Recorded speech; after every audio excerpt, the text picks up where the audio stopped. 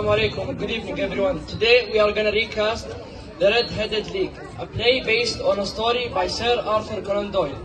Act 1, 221B Baker Street. Sherlock Holmes sitting room, Holmes, Watson, Wilson.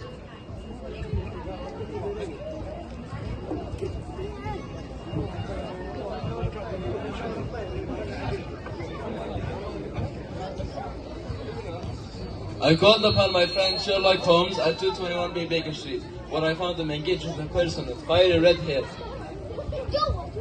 Watson, come in. I don't want to intrude on anything. No, please. This is my client, Mr. Jabez Wilson. He's come to me with a problem I think you'll find interesting. Mr. Jabez, Dr. Watson's worked with me on many of my cases before. You can tell him anything you would tell me. Would you please retell your story to him? Certainly. Watson, you can tell no doubt our client has been in China recently and done quite a bit of writing. Why, however? Well, you have big fishtail tattoos on your right wrist which have a meaning in China, and that Chinese coin dangling from your purse provides further evidence. But the writing? Well, your right cuff is shinier than the left one, and the left one has a smooth patch near the elbow where you would rest it upon a table. I see now. At first I thought you were doing something clever, but... Yes, of course. Everything is so clear once it's explained. I see, Mr. Wilson. You have a copy of the Morning Chronicle. Would you please read the advertisement, Mr. Wilson? Certainly. This reads to the Red-Headed League. This appeared 2 months ago in April 1890. It reads to the Red-Headed League. I saw this advertisement on my pawn shop. The day this advertisement appeared in my door, a man by the name Vincent Spaulding came seeking employment. It says that there's now a new vacancy open which requires £4 a week salary. All red-headed men above the age of 21 are eligible. Please apply to Mr. Duncan Ross in person at Fleet Street. What on earth does it mean? Let me explain. I own a pawn shop in Copwick Square. The day this advertisement appeared in my door, Spaulding himself came and he seeked my interest in this advertisement. He told me that he wished he had bright red hair like me so he could attend to this job. He accompanied me to Mr. Duncan Ross at Fleet Street to apply for the job. Upon seeing me, he dismissed the line of the men waiting to be interviewed at the job and told me that I got the job. And what was the job? That was just it. To be in the office between 10 a.m. in the morning and 2 p.m. in the afternoon. And I also was told to copy the Encyclopedia Britannica.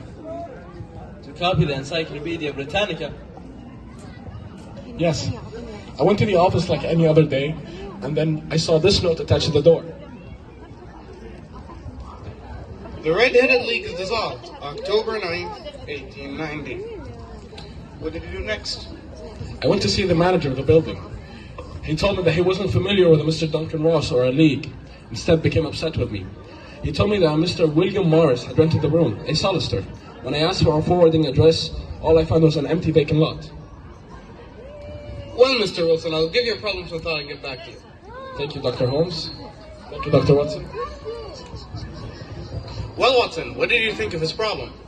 I find it confounding. It doesn't seem to make any sense. I agree. There seems to be more than what's on the surface to this. It's quite the three-pipe problem. Let's go see Mr. Jabez Wilson's pawn shop. We might find something. Act 2, Scene 1. Jabez Wilson's pawn shop on the street outside. Holmes, Watson, Spaulding.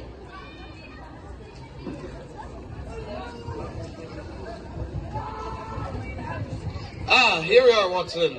Mr. Wilson's pawn shop. We're just looking, thank you. Can you tell me about this piece?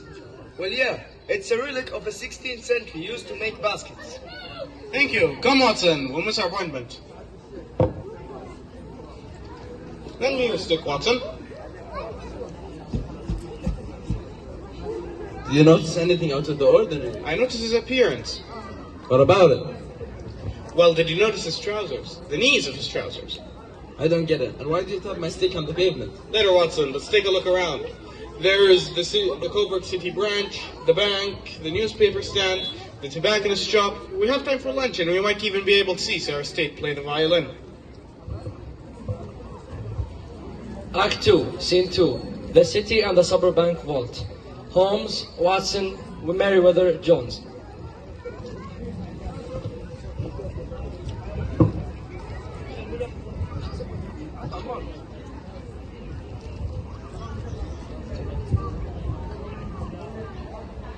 Watson, you know Inspector Peter Jones from the Scotland Yard, and may I introduce you to Mr. Merriweather, Director of the bank.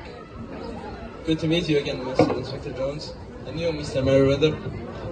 I don't understand why Inspector Jones asked me to come to the bank. We do have a tidy sum in our vault, and we also are holding good amount of French gold. But I can assure you, it is safe. As I explained earlier to Mr. Merriweather, you have asked us to meet you here, Mr. Holmes, because you have to seem some suspicions about the bank. Don't seriously think our bank can be penetrated, do you? In good time, Mr. Merriweather, all will be clear. If you would please keep your voices down to the whisper, sit behind there with Inspector Jones. Watson, cover in your lantern and keep your revolver at the ready.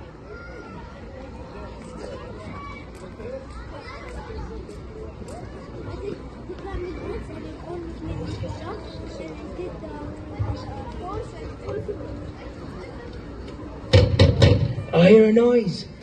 Come on, quick, it's clear. No, go back. It's no use, John Clay.